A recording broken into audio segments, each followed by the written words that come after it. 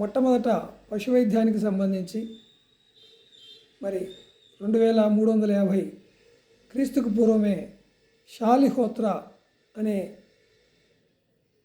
పశువైద్యుడు పశువైద్యానికి ఆదిమ గురువు. అటువంటి శాలిహోత్రులను ఆనాడు పశువైద్యులను శాలిహోత్రులని కూడా అనేవారు. అశోకుని కాలము 250 బీసీలో 250 క్రీస్తుకు పూర్వము వందల సంఖ్యలో పశువైద్యశాలలు ఉండేవి. మరి ఆనాడు ప్రభుత్వమే ఈ పశువైద్యశాలను నిర్వహించి ఈ పశువైద్యం యొక్క నియమావళి, అలాగే వైద్యాధికారులు అయితేనేమి లేదా పశువైద్యులు చేయవలసినటువంటి నియమావళిని కూడా ఆనాడే రూపొందించారు. అలాగే మరి మనము 1976 నేషనల్ కమిషన్ ఆఫ్ అగ్రికల్చర్ ఒక సపరేట్ సర్వీస్ కూడా ఉండాలనే, అంటే ఒక ఐఏఎస్ ఐపీఎస్ మాదిరి కూడా ఉండాలని మరి నేషనల్ కమిషన్ ఆఫ్ అగ్రికల్చర్ సిఫార్సు కూడా చేయడం జరిగింది. అందులో భాగంగానే మరి ఈనాడు మనము మన దేశంలో ముఖ్యంగా అమెరికా తర్వాత అత్యధిక సంఖ్యలో మరి పశువైద్యులు ఉన్నారు, అలాగే పశువైద్య సిబ్బంది ఉన్నారు. మరి ఈ సందర్భంగా మనం తెలుసుకోవాల్సింది ఏంటంటే భారతదేశము ప్రపంచంలోనే పాల ఉత్పత్తిలో మొదటి స్థానంలో ఉంది. అలాగే గుడ్ల ఉత్పత్తిలో 2వ స్థానంలో ఉంది. అలాగే మాంస ఉత్పత్తిలో 4వ స్థానంలో ఉంది.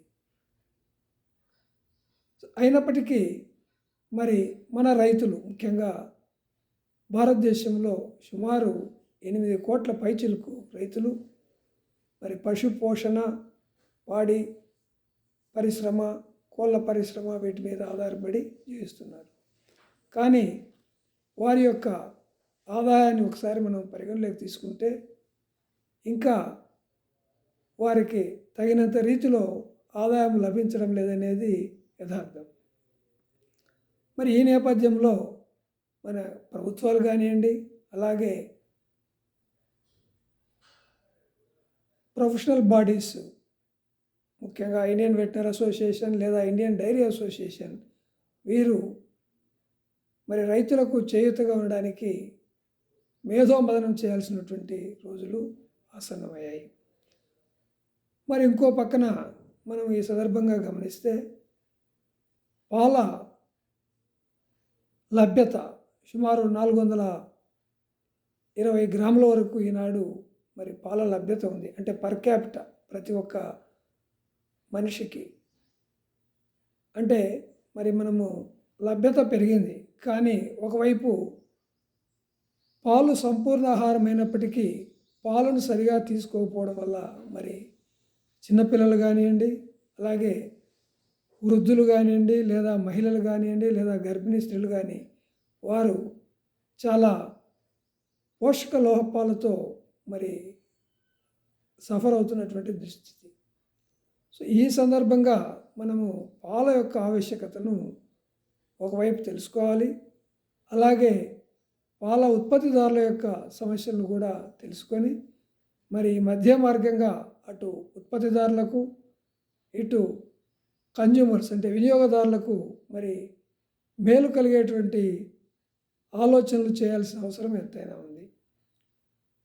మరి ముఖ్యంగా మరి మన పాల ఉత్పత్తిలో తీసుకుంటే మనకు పాడి పశువులు అనే ఆవులు కానివ్వండి, గేదెలు కానివ్వండి అధిక సంఖ్యలో ఉండటం మూలాన మనం ప్రపంచంలో అగ్రగామిగా సుమారు 25% పాల ఉత్పత్తితో ప్రపంచంలోనే మొట్టమొదటి స్థానంలో ఉన్నాం. కానీ ఒక్క పశువు అంటే పాల దిగుబడి ఇచ్చేటువంటి ఆవు కానీ గేదె యొక్క సరాసరి ఉత్పత్తి తీసుకుంటే మరి చాలా తక్కువగా ఉంది.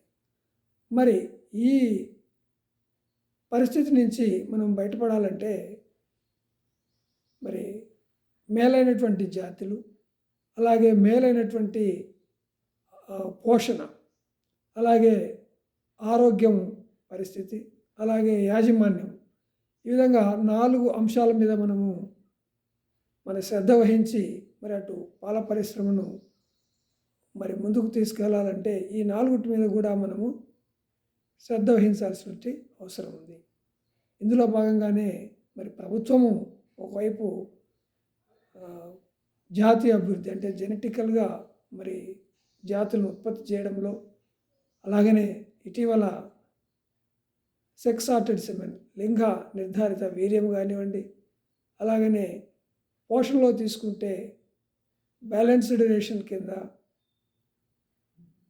మరి సైలేజ్ కానివ్వండి, అలాగనే మరి టోటల్ మిక్స్డ్ రేషన్ అని, ఇలాగనే ఏరియా బేస్డ్ మినరల్ మిక్చర్ అని, ఈ విధంగా రకరకాలైనటువంటి అంశాలు, రకరకాలైనటువంటి కొత్త విధానాలను, కొత్త రూపకల్పనలను వచ్చిన వీటిని మరి పూర్తి స్థాయిలో చిన్న రైతు దగ్గరికి కూడా తీసుకెళ్ళకపోతే వీటి యొక్క ఉద్దేశము, వీటి యొక్క లబ్ధి మనందరికీ లభించదు. కాబట్టి మరి ప్రభుత్వం కానివ్వండి, అలాగనే మరి ముఖ్యంగా ఈ పాడి పరిశ్రమ చేపట్టే రైతులు కూడా చాలామంది ఇటీవల నేను చూశాను, యువకులు డైరీ ఫామ్ పెట్టడం, ఒక 2-3 సంవత్సరాల తర్వాత ఎత్తేయడం జరుగుతూ ఉంది.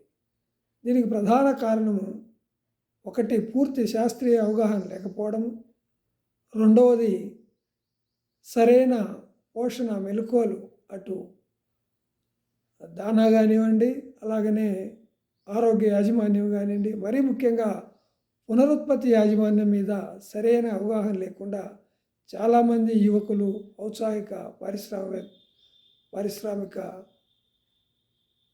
నేపథ్యంలో దిగినటువంటి వీళ్ళు కూడా దెబ్బతిన్నారు. కాబట్టి మరి వీటన్నిటి మీద మరి రైతులు ఉపయోగపడే విధంగా, అలాగనే యువకులైనటువంటి పాడి పరిశ్రమ చేపట్టేటువంటి ఔత్సాహికులకు కొంత ఉపయోగపడాలనే ఉద్దేశం మీద మరి మనము ఈ వీడియోను మొట్టమొదటిగా ఈరోజు ప్రారంభిస్తున్నాను. కనీసం వీటి మీద తర్వాత వీడియోల్లో ఫోకస్డ్గా మనము ఒక్కొక్క టాపిక్ మీద కానివ్వండి, అలాగనే మరి ఏమాత్రం రైతులకు కొంతైనా ఉపయోగపడితే ఈ ఛానల్ యొక్క వీడియో ఛానల్, యూట్యూబ్ ఛానల్ యొక్క ఉద్దేశము ఇది ఎటువంటి వేరే లాభాపేక్ష కంటే కూడా కేవలము సర్వీస్ మోటోగా దీన్ని ఉపయోగించాలనే ఉద్దేశం మీద ఈరోజు పశువుల పండగ, ఈ కనుమ పండుగ రోజు ఈ కార్యక్రమాన్ని మరి ఈ వీడియోను తయారు చేయడం జరిగింది. కాబట్టి రైతు సోదరులు మరియు ఈ పశు పోషణ, పాడి పరిశ్రమ, కోళ్ళ పరిశ్రమ మరియు వీటికి అనుబంధంగా ఉన్నటువంటి ప్రతి ఒక్కరూ, అలాగనే సామాన్య సివిల్ సొసైటీ కూడా వీటి మీద మరి కొంత అవగాహన కల్పిస్తే మంచిదనే ఉద్దేశం మీద ఈ కార్యక్రమాన్ని ఏర్పాటు చేశాం. ఇక ముందు రాబోయే రోజుల్లో ఫోకస్గా కొన్ని అంశాల మీద మరి అవగాహన కల్పించడానికి నా వంతు ప్రయత్నం చేస్తాను. ధన్యవాదాలు.